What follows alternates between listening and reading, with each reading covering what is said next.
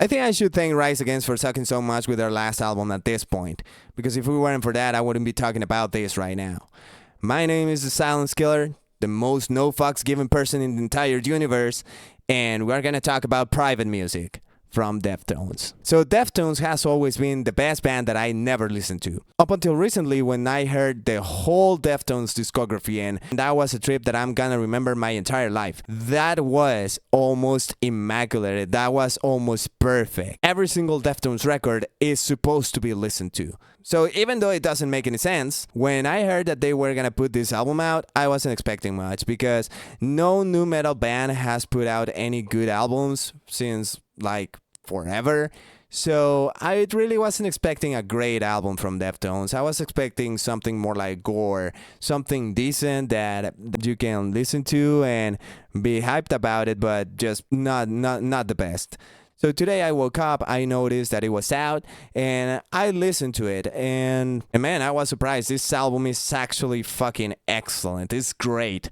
I mean, I think it might be my favorite Deftones album. We start with My Mind is a Mountain. Now, this song starts by establishing the aura that the whole album is gonna have. It comes in with a very nasty, groovy riff with those guitar tones that we love from Deftones, and Chino Moreno's voice, sexy ass voice, singing all these melodies, establishing this is the aura that this album is gonna have, and it actually has. The whole album is very similar to like Diamond Eyes or Koino Yokan in that regard. The aura that it brings to the table, this sexy darkness, this sexy kind of darkness and almost kind of depressive and stuff. And I think it is really well established with these first two songs, My Mind is a Mountain and Luck Club. And then we got to a song that has a name that I cannot pronounce. I'm gonna be honest with you, I can't pronounce this fucking name, but it starts with a very groovy, very nasty, very epic bass riff, and it gets you completely hooked. It gets you completely hooked. This track actually has some of the most emotional chord progressions that I remember from Deftones discography. I fucking love this song. I think it's one of those songs that I'm gonna keep coming back to because of this emotion that it brings to the table. It starts with this riff and it keeps building up and it does it fast. This song is only 3 minutes and 28 seconds and it builds this hook, this emotional hook that you find by the middle of it that is actually fucking epic. Even its source starts with a riff that reminds me of pop punk a little bit, but it starts evolving into something more chaotic. It starts having these subtle changes in the guitar tone that make it a little bit more distorted, a little bit more gritty, a little bit more emotional, on and on and on, until it gets to this very emotional progression that plays in the foreground that leads Chino Moreno's voice to this epic chorus that it's absolute perfection to me. I think this song is like entropy turned into a dream, and that dream was turned into a song. It is that epic. I love this fucking song. Then Souvenir kicks in with this fully distorted chorus that devolve into a clean guitar. It's pretty much the opposite of the previous song, but it doesn't seem like they just took the previous song, they chopped it up and then accommodated it in a different place. No, it is unique. It is extremely unique. It has some effects, some synths, and Chino's hot ass voice leading the way into another dreamlike experience. Like in this whole album, it is a trend that Chino Moreno's voice he's not screaming like in previous albums. His voice is more ethereal. His voice is involving you in this dreamlike sequence and this dreamlike shit. Chino Moreno's voice is involving you into this dreamlike world that this album is kind of constructed into. So by this point, I didn't know if I should headbang or cry or whatever, and I started to have this emotional confusion because they started to bring up all these different elements to their music that evoke very different emotions. And when CXZ jumps into place from this emotional confusion, it further brings the complexity of it. Like somehow it's still raw, like It's very difficult for me to describe, but it's like a raw emotional explosion, but it's also very complex. The presentation is very complex, but at the same time, all the riffs, the arpeggios, the harmonies are very minimalistic themselves. It is very difficult to describe how Deftones, how they keep accomplishing this. They kind of stack up very few elements and make them sound very complex, but then but at the same time the emotion that they evoke is like super raw, super real. It's extremely well done. This album is extremely well done. And then we get to the ballad of this album, which is a song that is called I Think About You All the Time, and it's a fully atmospheric kind of song that I wasn't supposed to like because I don't like those songs. I'm not a fan of atmospheric ballads, to be honest, but this song in particular gets me intrigued, or it got me intrigued the first time I heard it, because I was looking forward to where it was gonna lead me. I was looking forward to the next plot twist that this album was gonna take me with this song, and it did.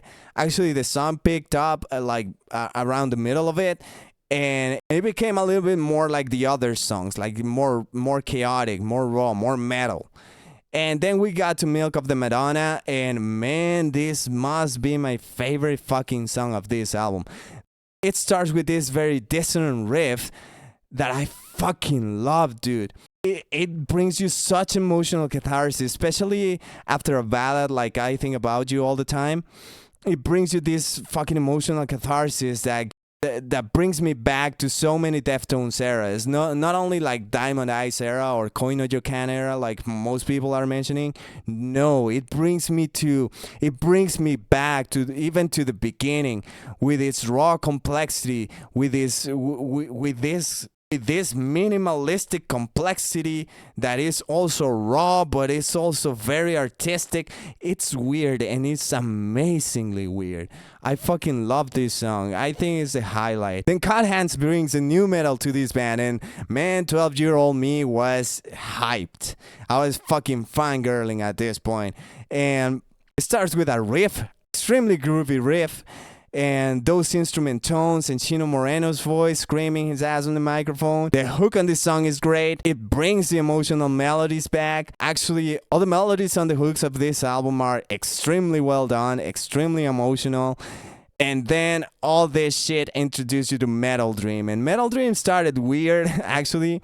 It started like combining different kinds of music in the intro. And then boom, the song starts, and you have more riffs, you have more new metal actually. But this way of new metal is something that I haven't heard before, and I don't think I have heard it even in Deftones' discography. Now that I think about it, because how can I put this? It's like it very slowly, but surely leads you into this emotion that I can only describe as happy depression. It's like sad but somehow comforting. I think this song is a perfect example of what metal means to me, and may mean the same to some of us. Like when life sucks, but you listen to metal and suddenly life stops sucking so much because somebody feels like you, somebody understands you, suddenly you are understood. And it kind of gives life a new meaning. You kind of stop uselessly looking for happiness, but now developing the strength to build it yourself and shit like that, or some shit. I don't know.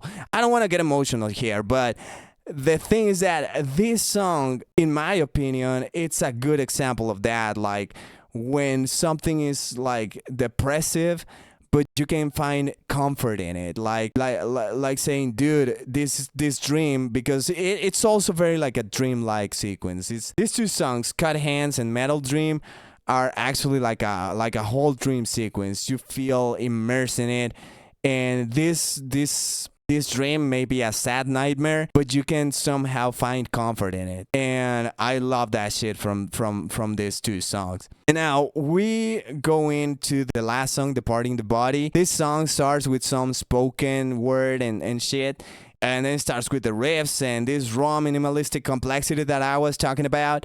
And man, it's just excellent. An excellent closing for this album. I fucking loved it, dude. So actually, what I wanted to experience with a new Deftones album was an album that was sexy, dreamy, like emotional, raw, complex, and minimalistic, and they delivered on all that. Actually, since the first second that I hit play, I knew I was listening to Deftones, and I knew I was listening to probably prime Deftones. I don't know what their prime is at this point.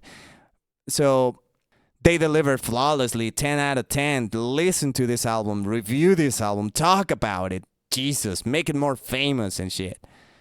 See ya.